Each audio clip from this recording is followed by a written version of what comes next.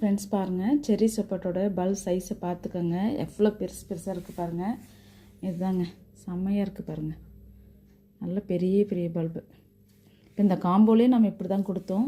எல்லாமே பூ வந்துட்டது தானுங்க. ஸோ அந்த பார்ட் ஃபுல்லாகவே நம்ம கிளியர் பண்ணி எடுத்துட்டோம். அதனால் எவ்வளோ பெரிய பல்பாக இருக்குது பாருங்கள். ஃபுல்லாக எல்லாமே பூ வந்துட்டது தானுங்க. இங்கே பாருங்கள், உள்ளுக்குள்ளே பேபிஸோடவே இருக்குது.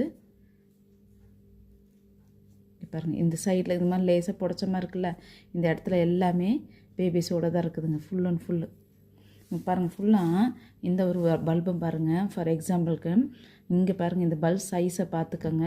இப்போ அகெயின் வந்து இதில் மொட்டு வருது பாருங்கள், தெரியுதா? மொட்டு வருது.